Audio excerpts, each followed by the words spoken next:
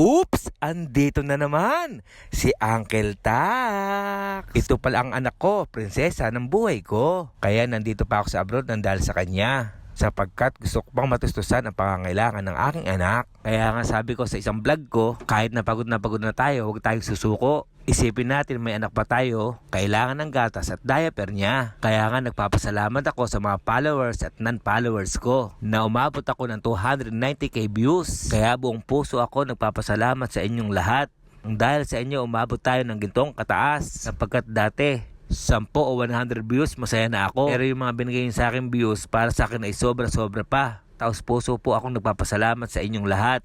At sana sa mga followers at non-followers ko, huwag kayong magsawa sa mga video ko. At sana tangkilikin niyo pa rin ang mga vlog ko. Muli, taos puso po akong nagpapasalamat sa inyong lahat. Ito po ang inyong Uncle Tax.